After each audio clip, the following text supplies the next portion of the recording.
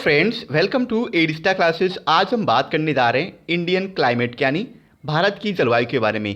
हमारा ज्योग्राफी का सेशन चल रहा है और आज जलवायु से रिलेटेड जितने भी इंपॉर्टेंट फैक्ट बनते हैं उनके बारे में मैं आपको इस वीडियो में पूरा डिटेल से बताऊंगा। तो आप हमारा वीडियो पूरा और एंड तक ध्यान से देखिए।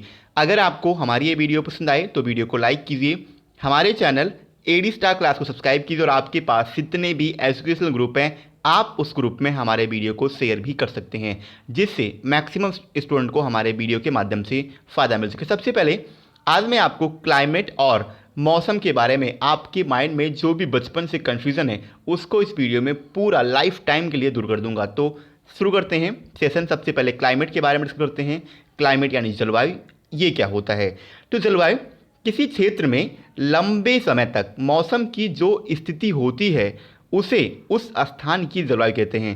आपको समझ में नहीं आया? चलिए मैं आपको थोड़ा सा इजी लैंग्वेज में बताऊंगा।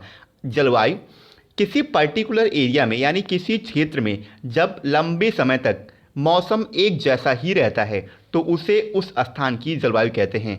आगे बढ़ते हैं। भारतीय जलवायु मूलतः उष्ण कटिबंधीय मानसूनी है यानी सब ट्रॉपिकल मोनोसोनिक। इंग्लिश में कहते हैं सब ट्रॉपिकल मोनोसोनिक और हिंदी में कहते हैं उष्ण कटिबंधीय मानसूनी।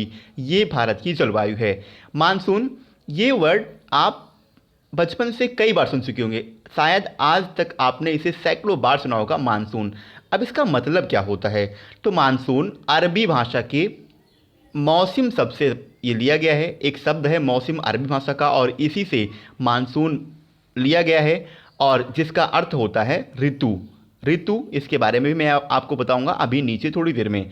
अब थोड़ा मौसम के बारे में बात कर लें। ये तो हो गई जलवायु की बात। मौसम क्या होता है? किसी स्थान पर थोड़े समय की, जैसे एक दिन या एक सप्ताह की वायुमंडलीय अवस्थाओं को वहाँ का मौसम कहते हैं। थोड़ा इजी लैंग्वेज में क्या होता है मौसम, ये अब मैं आपको यहाँ बताऊँगा। मौसम यानी किसी पर्टिकुलर क्षेत्र में या किसी विशेष क्षेत्र में थोड़े समय में जब वहाँ के वेदर में चेंजिंग आए, जैसे आज धूप है और कल बारिश होने लगे, इस तरीके से जब वहाँ पे थोड़े समय में चेंजिंग आ जाए तो उसे उस स्थान का मौसम कहते हैं। मौसम और जलवायु में शायद अब आपको अंतर पता लग गया होगा। जलवायु जो एक क्षेत्र में किसी विशेष क्षेत्र में जब लंबे समय के बाद वहाँ के वेदर में चेंजिंग आती है तो उस स्थान को वहाँ की जलवायु कहते हैं, जबकि मौसम में कभी भी चेंजिंग आ सकती है, एक दिन या एक सप्ताह में। आगे बढ़ते हैं। कुछ नोट हैं। देखिए, जो भी वीडियो में नोट रहे वो आपके लिए मोस्ट इंपॉर्टेंट होता है। नोट को हमेशा आप हाईलाइट कीजिए। अब नोट में क्या है? भारत में मौसम संबंधी सेवा 1875 से प्रारंभ की गई और उस समय इसका हेडक्वार्टर शिमला में था, लेकिन बाद में इसे ट्रांसफ़र करके पुणे ले जाया गया और वर्तमान में मौसम संबंधी जो डिपार्टमेंट है यानी IMD इंडियन मेट्रोलॉजिकल डिपार्टमेंट, इसका हेडक्वार्टर यहीं पुणे में है। वर्तमान समय में आपको याद रखना है। यानी जब 1875 से इसे स्टार्ट किया गया था तब इसका हेडक्वार्टर शिमला में था, लेकिन वर्तमान समय में इसका हेडक्वार्टर पुणे में है। और यहीं से मैप यानी जो भारत की प्रत्येक, जैसे जो उत्तर में जो इंडिया के साथ चाइना की सीमा लगती है, इसके बाद पश्चिम में जो भारत की पाकिस्तान के साथ सीमा लगती है POK, इन सब का जो मानचित्र जारी किया जाता है वो IMD यानी इंडियन मेट्रोलॉजिकल डिपार्टमेंट के द्वारा यहीं पुणे से जारी किया जाता है। आगे बढ़ते हैं। भारत में मानसूनी जलवायु पाई जाती है। ये इम्पोर्टेंट है। भारत में कैसी जलवायु है? तो भारत में मानसूनी यानी मौसम के ऊपर डिपेंडेंट भारत में जलवायु है। अब ये क्यों? क्योंकि ये मानसून पवनों यानी हवाओं के प्रभाव क्षेत्र के अंतर्गत आता है। हमें पता है जब भारत में हवाएं चलती हैं, कहीं भी जब हवा चलती हैं तो हवाओं में नमी रहती है और नमी से एक विशेष स्थान या विशेष क्षेत्र का मौसम बदलता रहता है। तो इसीलिए भारत की जो जलवायु है वो मानसूनी है। और फिर भारतीय जलवायु को दो प्रमुख तत्वों में सर्वाधिक यहाँ पे विभाजित किया जाता है। यानी भारतीय जलवायु को दो प्रमुख तत्वों से सर्वाधिक प्रभावित होना पड़ता है। कौन कौन से ये तत्व हैं? उत्तर में हिमालय है। उत्तर में हिमालय पर्वत की उपस्थिति के कारण मध्य एशिया से आने वाली शीतल हवाएं, मध्य एशिया यानी साइबेरिया। देखिए, ये है रशिया। रशिया का जो भाग यूरोप में पड़ता है, ये वाला, ये भाग यूरोप में पड़ता है। इस वाले भाग को यूरोप वाले रूस के भाग को तो रूस कहते हैं, लेकिन जो भाग इसका एशिया में पड़ता है रूस का, उसे साइबेरिया कहते हैं। और साइबेरिया से शीतल और ठंडी ठंडी हवाएं हिमालय के कारण भारत में नहीं आ पाती हैं तथा भारतीय जलवायु महाद्वीपीय जलवायु का स्वरूप प्राप्त करती है। आगे बढ़ते हैं।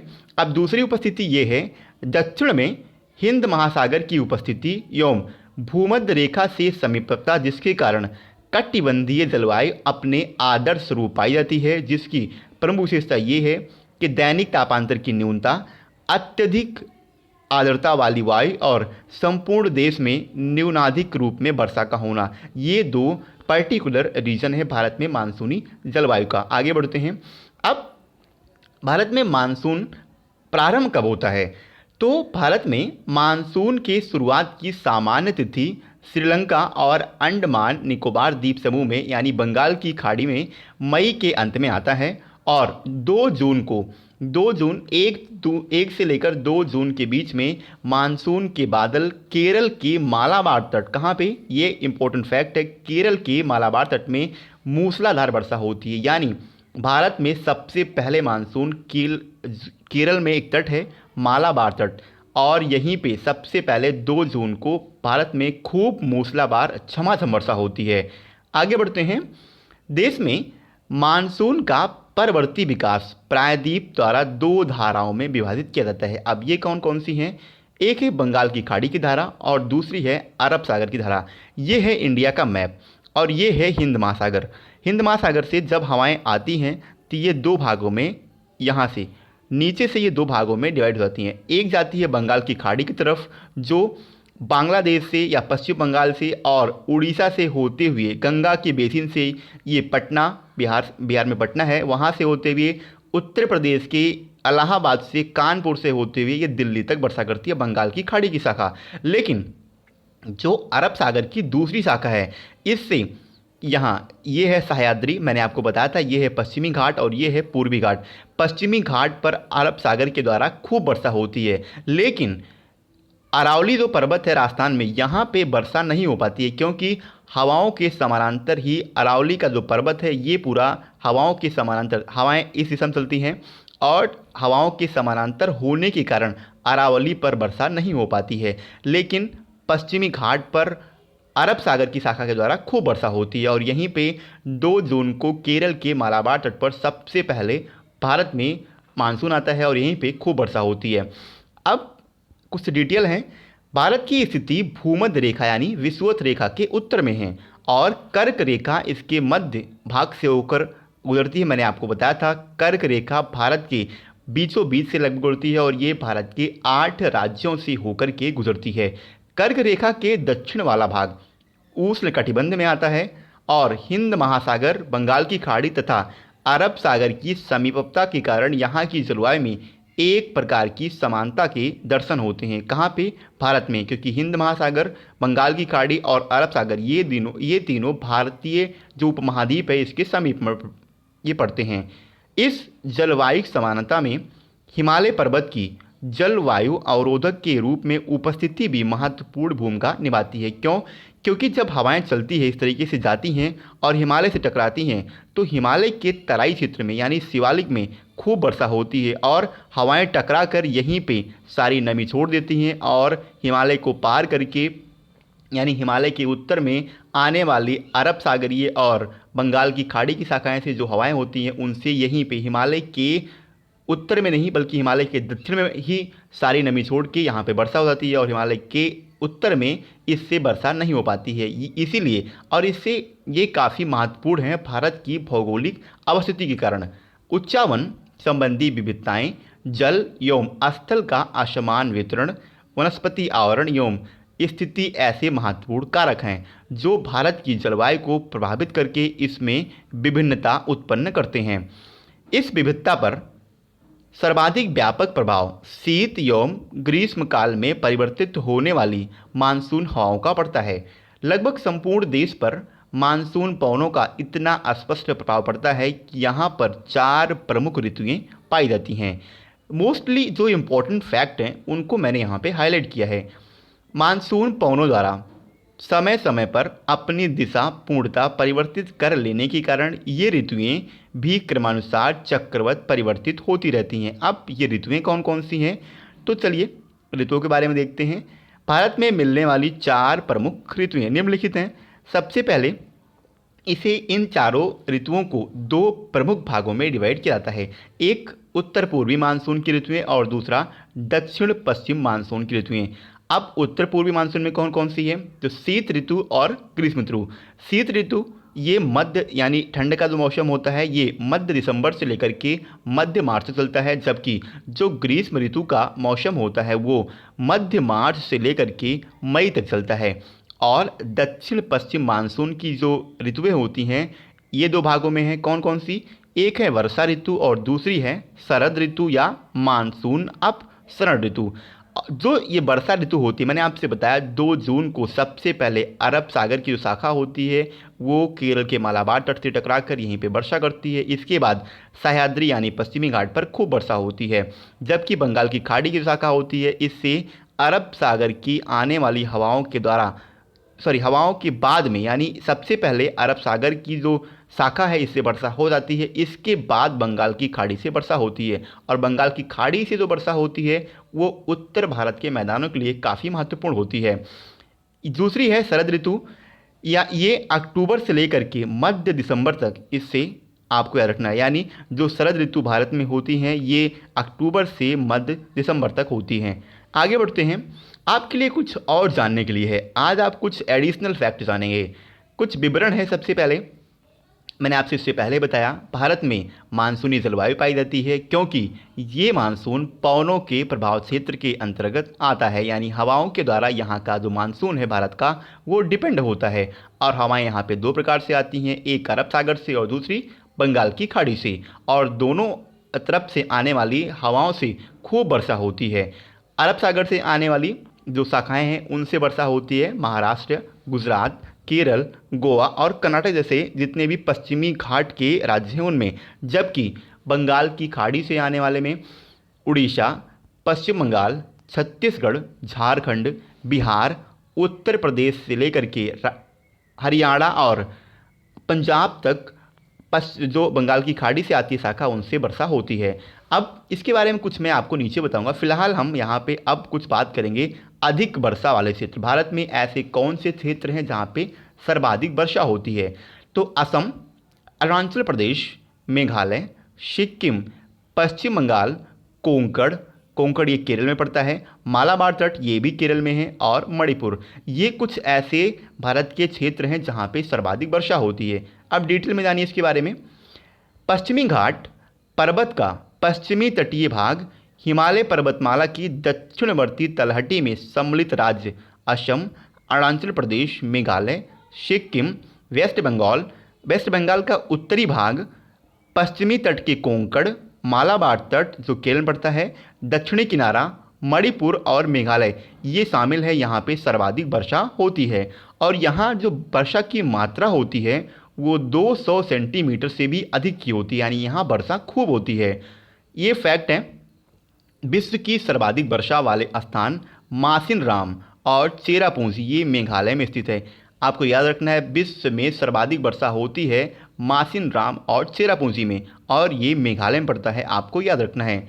अब साधारण यानी नॉर्मल वर्षा वाले क्षेत्र कौन कौन से हैं आपको याद रखने हैं। इससे पहले मैंने आपको बताया सर्वाधिक वर्षा वाले क्षेत्र, अब मैं आपको बताऊंगा साधारण वर्षा वाले क्षेत्र कौन कौन से हैं।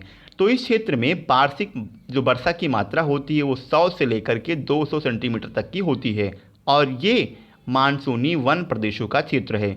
इसमें पश्चिमी घाट का पूर्वोत्तर ढाल, यानी ये जो पश्चिमी घाट है इसकी जो पूरब का ढाल है वृक्ष छाया प्रदेश जहाँ जो होता है वो, पश्चिम बंगाल का दक्षिणी पश्चिमी क्षेत्र, उड़ीसा, बिहार, दक्षिण पूर्वी उत्तर प्रदेश और तराई क्षेत्र के समानांतर पतली पट्टी में स्थित, यानी शिवालिक की बात कर रहा है ये, पतली पट्टी में शिवालिक है। इस तरीके से हिमालय का जो भाग है 3, सबसे पहले है बृहद हिमालय, मैंने आपको हिमालय जब पढ़ाया था उसके बारे में मैंने आपको वहाँ बताया है।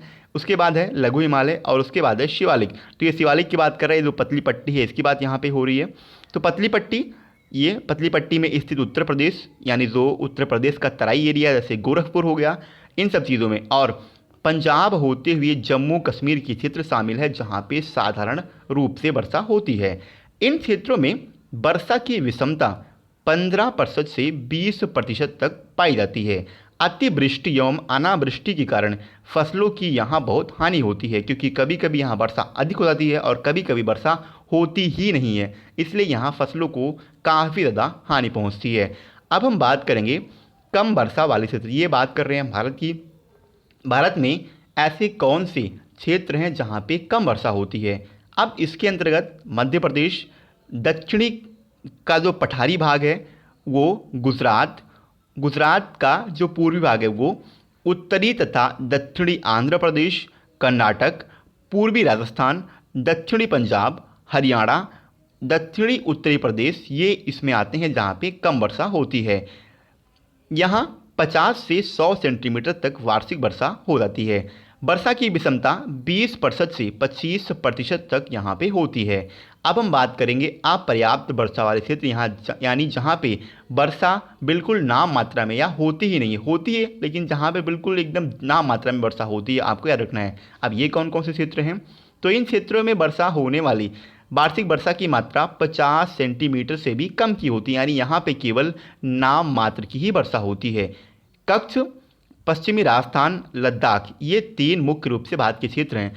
इनके अलावा भी कई क्षेत्र हैं, लेकिन आपको इन तीनों, कच्छ ये जो राजस्थान में पड़ता है, कच्छ राजस्थान और ये गुजरात दोनों में पड़ता है, कच्छ का रण पश्चिमी राजस्थान और लद्दाख इसी पश्चिमी राजस्थान में, यहाँ पे खेती यानी कृषि के लिए इंदिरा गांधी नहर निकाली गई है। और लद्दाख इन क्षेत्रों के अंतर्गत ये शामिल हैं जहाँ पे बिल्कुल नाम मात्रा में वर्षा होती है और यहाँ कृषि बिना सिंचाई के संभव नहीं है। आपका रखना है, ये हाईलाइट है, यहाँ पे कृषि बिना सिंचाई के संभव नहीं है, यानी वर्षा के ऊपर किसान यहाँ पे डिपेंड नहीं रह सकते हैं। अब मौसम के अनुसार वार्षिक वर्षा का जो वितरण है परसेंट के यानी परसेंट वाइज आप उसे जानिए। देखिए, वर्षा का मौसम, समयावधि और वर्षा परसेंट में। दक्षिणी पश्चिमी मानसून, दक्षिणी पश्चिमी मानसून, इससे मैंने आपको बताया ये है हिंद महासागर, भारत का निचला भाग। दक्षिणी पश्चिमी मानसून से 2 शाखाएं बढ़ती हैं, एक अरब सागर और एक बंगाल की खाड़ी की शाखा। इससे जून से लेकर के सितंबर में 73.7 यानी काफ़ी अधिक वर्षा इससे संभव हो जाती है। अरब सागर और बंगाल की खाड़ी की जो शाखा है, इससे इन दोनों को मिलाकर हम दक्षिणी पश्चिमी मानसून कहते हैं। परवर्ती मानसून अक्टूबर से दिसंबर में, इसका जो टाइम पीरियड है वो अक्टूबर से दिसंबर तक का है और उससे 13.3% वर्षा संभव हो पाती है। पूर्व मानसून काल से मार्च और मई में 10% तक वर्षा ही हो पाती है, जो कि एवरेज से भी कम है। और सबसे कम उत्तर पश्चिम मानसून से, उत्तर पश्चिम आपका रखना है, उत्तर पश्चिम मानसून ये पाकिस्तान से आता है। भूमध्य सागर जो है वहाँ से आता है, कहाँ से? भूमध्य सागर से। जनवरी फरवरी के मध्य में इससे वर्षा होती है और ये 2.6 यानी बहुत कम है, एवरेज से तो बहुत कम है, 2.6%। यहाँ पे 2.6% ही वर्षा संभव हो पाती है। दोस्तों, आज के लिए इतना ही। अगर आपको हमारी ये वीडियो पसंद आई हो तो वीडियो को लाइक कीजिए और आपके पास जितने भी एजुकेशनल ग्रुप हैं आप उस ग्रुप में हमारे वीडियो को शेयर भी कीजिए। साथ ही आप वीडियो को सीन तो कर लेते हैं लेकिन वीडियोस को लाइक नहीं करते हैं, और आपके पास जो ग्रुप होते हैं, मैं आपसे कई बार कहता हूं, आप उसमें वीडियोस को शेयर नहीं करते हैं। आप उसमें वीडियोस को शेयर किया कीजिए, जिससे कि और भी जो पढ़ने वाले बच्चे हैं उन्हें हमारे वीडियोस से फ़ायदा मिल सके। तो आज के लिए इतना ही। वीडियो पसंद आई हो तो वीडियो को लाइक कीजिए। दोस्तों,